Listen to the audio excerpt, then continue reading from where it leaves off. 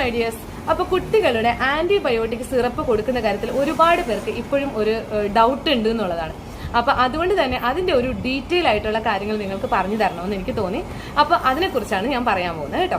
അപ്പൊ കുട്ടികളുടെ ആന്റിബയോട്ടിക് സിറപ്പിൽ കൊടുക്കുമ്പോൾ പ്രധാനമായിട്ട് പറയേണ്ട ഒരു കാര്യം എന്താന്ന് പറഞ്ഞാൽ, ഫസ്റ്റ് ആന്റിബയോട്ടിക് സിറപ്പ് നമ്മൾ അതിന്റെ കോഴ്സ് എത്രയാണോ അത് കംപ്ലീറ്റ് ചെയ്യണം എന്നുള്ളത്. അതിപ്പോ കുട്ടികളുടെ കാര്യത്തിലല്ല, വലിയവരുടെ കാര്യത്തിലാണെങ്കിലും ആരുടെ കാര്യത്തിലാണെങ്കിലും ആന്റിബയോട്ടിക് ആണോ അതിന്റെ കോഴ്സ് കംപ്ലീറ്റ് ചെയ്യണം എന്നുള്ളതാണ്.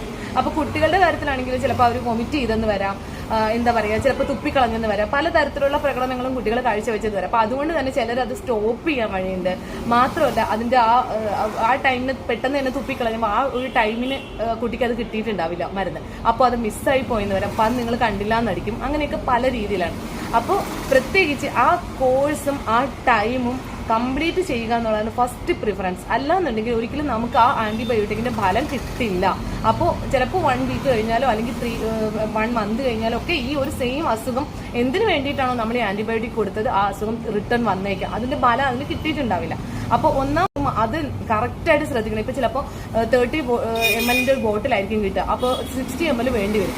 അപ്പോൾ 30 ml ആയിരിക്കും ഫസ്റ്റ് നിങ്ങൾ മേടിച്ചിട്ടുണ്ടാവും. അപ്പോൾ ആ ഒരു കോഴ്സ് മാത്രം കൊടുത്തിട്ട് നിങ്ങൾ പിന്നെ മേടിക്കുകയില്ല, കൊടുക്കുകയില്ല. അതും നിങ്ങൾക്ക് ഒരിക്കലും ആ കുട്ടിക്ക് ഗുണകരമാവില്ല. അപ്പൊ അതൊക്കെ വളരെയധികം ശ്രദ്ധിക്കണം. ടൈം ശ്രദ്ധിക്കുക, കോഴ്സ് കംപ്ലീറ്റ് ചെയ്യുക എന്നുള്ളത് ശ്രദ്ധിക്കുക. ഈ 2 കാര്യം ഈ ആന്റിബയോട്ടിക്കിൽ ഭയങ്കര ഇമ്പോർട്ടന്റ് ആണ്. ഇനി നെക്സ്റ്റ് ആന്റിബയോട്ടിക്കിന്റെ കാര്യത്തിൽ ഒരുപാട് പേർക്ക് സംശയമുള്ള ഒരു കാര്യം എന്താന്ന് പറഞ്ഞാൽ, ഇപ്പൊ ഇതൊരു ആന്റിബയോട്ടിക് സിറപ്പാണ്, കുട്ടികളുടെ ഒരു ആന്റിബയോട്ടിക് സിറപ്പാകുമ്പോൾ സ്വാഭാവികമായിട്ട് കൂടുതലായിട്ട് ഉണ്ടാവുക ഇങ്ങനെ ഒരു പൗഡർ ഫോമിലായിരിക്കും. അതുപോലെ അതിന്റെ കൂടെ ബോട്ടിൽ വെള്ളവും ഉണ്ടാവും അല്ലെ. അപ്പോൾ ഒരുപാട് പേർക്ക് കൃത്യമല്ല, പല ഫാർമസികളിലും ഇത്ര വ്യക്തമായിട്ടൊന്നും പറഞ്ഞു കൊടുക്കണമെന്നില്ല. എങ്ങനെ കൊടുക്കണം എന്ന് മാത്രം എഴുതി കൊടുക്കത്തേ ഉണ്ടാവുള്ളൂ. അപ്പൊ വ്യക്തമായിട്ടൊന്നും പറഞ്ഞു കൊടുക്കണമെന്നില്ല. അപ്പൊ അതുകൊണ്ട് തന്നെ ഇങ്ങനെയാണ് നിങ്ങൾക്ക് ഒരു സിറപ്പ് കിട്ടണമെന്നുണ്ടെങ്കിൽ ഉറപ്പായിട്ട് നിങ്ങൾ ഇതിന്റെ വശം ഇങ്ങനെ തിരുകുമ്പോൾ തന്നെ ഇത് പൊട്ടി വരും. എന്നിട്ട് ഈ വെള്ളമാണ് ഇതിനകത്തേക്ക് ഒഴിക്കേണ്ടത്. എന്നിട്ട് നന്നായി മിക്സ് ചെയ്യുക. അപ്പൊ മിക്സ് ചെയ്ത് കഴിയുമ്പോൾ നിങ്ങൾക്ക് ഈ വെള്ളം ഇത്ര കുറവ്, ഇത്രയേ ഉള്ളൂ സിറപ്പ് എന്നൊക്കെ തോന്നിയിട്ട് ചിലപ്പം വേറെ വെള്ളം എടുത്ത് ഒഴിക്കുന്നവരൊക്കെ ഉണ്ടാവും. അങ്ങനെ ഒരിക്കലും ചെയ്യരുത്. ഇതിന്റെ കറക്റ്റ് അളവ് 30 ml തന്നെയാണ് ഈ വെള്ളം എന്ന് പറയുന്നത് കേട്ടോ. അപ്പൊ അല്ലാതെ വേറെ വെള്ളം ഒന്നും ഒഴിച്ച് മിക്സ് ചെയ്യുക ഒന്നും ചെയ്യരുത്. അതുപോലെ ഇതാണ് ഒഴിക്കേണ്ടത്, വേറെ വെള്ളം കൊണ്ട് ഒഴിക്കേണ്ട ആവശ്യമില്ല. അത് മെയിൻ ആയിട്ട് ശ്രദ്ധിക്കണം. അതാണ് ഫസ്റ്റ്.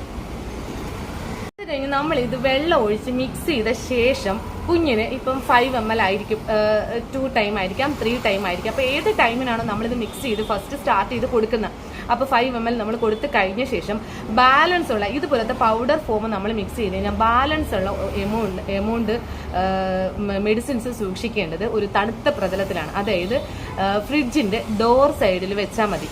ഫ്രിഡ്ജിന്റെ ഡോർ സൈഡിൽ ഇത് കീപ്പ് ചെയ്യണം എന്നുള്ളതാണ്. അത് കഴിഞ്ഞാൽ നമ്മൾ അടുത്ത് കൊടുക്കേണ്ട ടൈം, ഇപ്പോൾ വൈകുന്നേരം ആയിരിക്കും അല്ലെങ്കിൽ ഉച്ചയ്ക്കായിരിക്കും രാവിലെ ആയിരിക്കും, അടുത്ത് കൊടുക്കേണ്ട ടൈമിന് സ്പോട്ടിലെടുത്ത് ആ തണുപ്പോട് കൂടി ഒരിക്കലും കൊടുക്കരുത്. അത് കൊടുക്കുന്നത് കറക്റ്റ് ഒരു 1/2-3/4 മണിക്കൂർ മുമ്പ് അല്ലെങ്കിൽ ഒരു 15 മിനിറ്റ് മുന്നെങ്കിലും നിങ്ങൾ എടുത്ത് പുറത്ത് വെച്ച് ഇതിന്റെ തണുപ്പ് മാറ്റിയതിന് ശേഷം മാത്രമേ അടുത്ത് കൊടുക്കാൻ പാടുള്ളൂ. ഓക്കെ, ഇത്ര കാര്യങ്ങൾ നിങ്ങൾക്ക് മനസ്സിലായി എന്ന് ഞാൻ വിചാരിക്കുന്നു. അടുത്ത് നമുക്ക് വെള്ളമില്ലാതെ ആയിരിക്കാം നമുക്ക് പൗഡർ ഫോമിലുള്ള സിറപ്പ് കിട്ടുക. വെള്ളം കൂടെ ഉണ്ടാവില്ല. ഇപ്പൊ കാണിച്ച പോലത്തെ ബോട്ടിൽ വെള്ളം ഉണ്ടാവില്ല.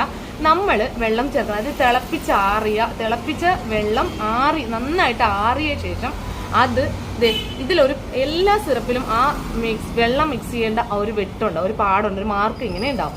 ആ മാർക്ക് വരെ മാത്രമേ ഒഴിക്കാൻ പാടുള്ളൂ. അപ്പോൾ ആദ്യം ഒഴിക്കുമ്പോഴത്തേക്കും ഈ പൗഡർ അലിയാൻ ടൈം എടുക്കും എന്നുള്ളതുകൊണ്ട് പെട്ടെന്ന് വെള്ളം വെള്ളിലേക്ക് കയറി വരും. അപ്പോൾ അത് മിക്സ് ചെയ്ത് വെള്ളം കുറച്ച് വീതം ഒഴിച്ച് മിക്സ് ചെയ്ത് സിറപ്പ് ഈ ഒരു മാർക്ക് വരെ ആക്കാവും. അത് കൂടാനും പാടില്ല, അത് കുറയാനും പാടില്ല. കാര്യം എന്ന് വെച്ചാൽ 30 ml ആണെങ്കിലും 60 ml ആണെങ്കിലും കറക്റ്റ് മാർക്കാണ് ആ കൊടുത്തേക്കുന്നത്. അപ്പോൾ സിറപ്പ് കൂടിപ്പോയി കഴിഞ്ഞാൽ അതിന്റെ ഫലം കുറയും, കുറഞ്ഞു പോയി കഴിഞ്ഞാലും അതിന്റെ ഫലം കുറയും. അപ്പോൾ അതുകൊണ്ട് അങ്ങനെ ഒരിക്കലും ചെയ്യരുത്. വളരെയധികം ശ്രദ്ധിച്ച് വേണം ഇത് മിക്സ് ചെയ്ത് കൊടുക്കാനായിട്ട്. ആന്റിബയോട്ടിക് സിറപ്പുകളൊക്കെ അതിൻ്റെതായ രീതിയിൽ കൊടുത്താൽ മാത്രമേ അതിന്റെ ഫലം കിട്ടത്തുള്ളൂ.